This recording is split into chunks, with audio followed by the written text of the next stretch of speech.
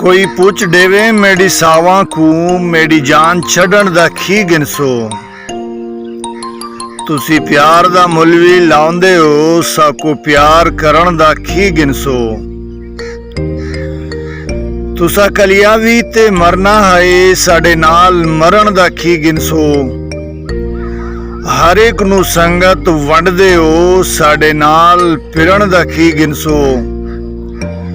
तुसी हसदे सोहणे लगदे हो, हर वार हसन दा की गिनसो। हिक करम करो मेखो मार देओ, सरकार करम दा की गिनसो।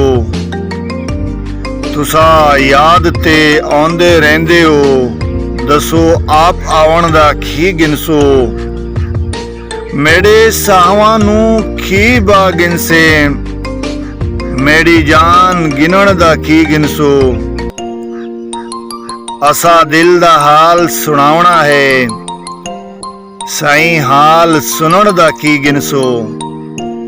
असी डूब गए हां तुहाडे इश्के विच, साकू बाहर कढण दा की गिनसो। मेरे दिल दे मुर्शद ढोल पिया, मेरा हथ पढ़न दा की गिनसो। दिल सजन मेरा दिलदार मेरा, दिलदार सजन दा की गिनसो। मेरा रांझन मैकू आखदा है, इंसान बनन दा की गिनसो। क्यों तोड़ा तोड़ा लिखदे हो, एक बार लिखण दा की गिनसो। मैकू पुछदी है तन्हाई अली, मैकू नाल रखण दा की गिनसो। हुण यार मेरे कहंदे ने अली, इतवार मिलन दा की गिनसो।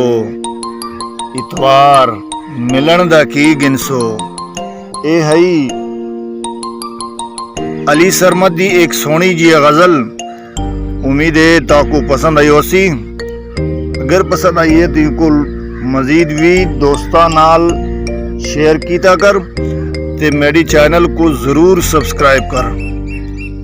अगली गजल तक मैं को इजाजत देवी। अल्लाह हाफिज, वत मिलसू फी अमान अल्लाह।